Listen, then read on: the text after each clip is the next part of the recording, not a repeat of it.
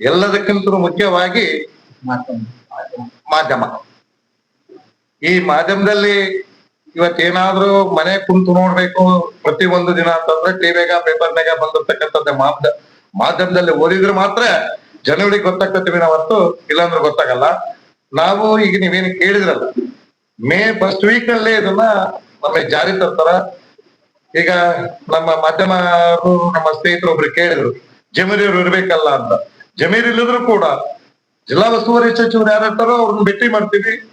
ಸರ್ಕಾರದಲ್ಲಿ ಯಾರು ಇರ್ತಾರೋ ಅವ್ರನ್ನ ಕರ್ಕೊಂಡ್ಬಂದು ಅಡಗಲಿ ತಾಲೂಕಿನಲ್ಲೇ ನಮ್ಮ ಅಧ್ಯಕ್ಷರು ಮುಂದಿನ ವೀಕ್ ಅಲ್ಲಿ ನಾವು ಕಾರ್ಯರೂಪಕ್ಕೆ ನಾವು ತರ್ತೀವಿ.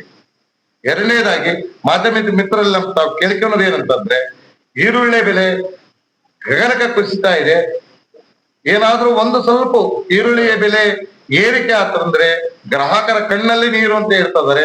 ಇವತ್ತು ರೈತರ ಕಣ್ಣಲ್ಲಿ ನೀರು ಅಂತ ಎಲ್ಲಾ ಮಾಧ್ಯಮರು ಕೂಡ ಅದನ್ನ ಪ್ರಚೋದಿಸಬೇಕಂತಂದು ಮಾಧ್ಯಮದಲ್ಲಿ ಮತ್ತೊಂದ್ಸಲ ನಾನು ಕೇಳ್ಕೊಳ್ತಾರೆ.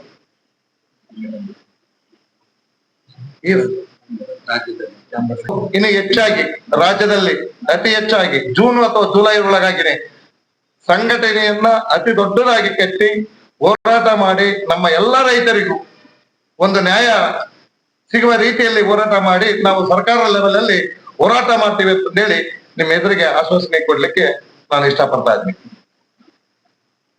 ಈಗ ನಾನು ಎರಡನೇದಾಗಿ ತಮಗೆ ಮಾಧ್ಯಮದವರಿಗೆ ತಿಳಿಸಬೇಕಾಗಿರ್ತಕ್ಕಂಥದ್ದು, ನಮ್ಮ ರಾಜ್ಯಾಧ್ಯಕ್ಷರು ಮತ್ತು ನಮ್ಮ ಸೆಕ್ರೆಟರಿ ಅವರು, ನಮ್ಮ ಜಿಲ್ಲಾ ಅಧ್ಯಕ್ಷರು ಇವರೆಲ್ಲರೂ ಕೂಡಿ ನಮ್ಮ ರಾಜ್ಯ ಉಪಾಧ್ಯಕ್ಷರ ಸ್ಥಾನವನ್ನ ನನಗೆ ಆಯ್ಕೆ ಮಾಡ್ಕೊಂಡಿದ್ದಾರೆ. ಅವರಿಗೆ ನಾನು ತುಂಬಾ ಹೃದಯಪೂರ್ವಕವಾಗಿ ಧನ್ಯವಾದಗಳನ್ನು ತೋರಿಸ್ತೀನಿ.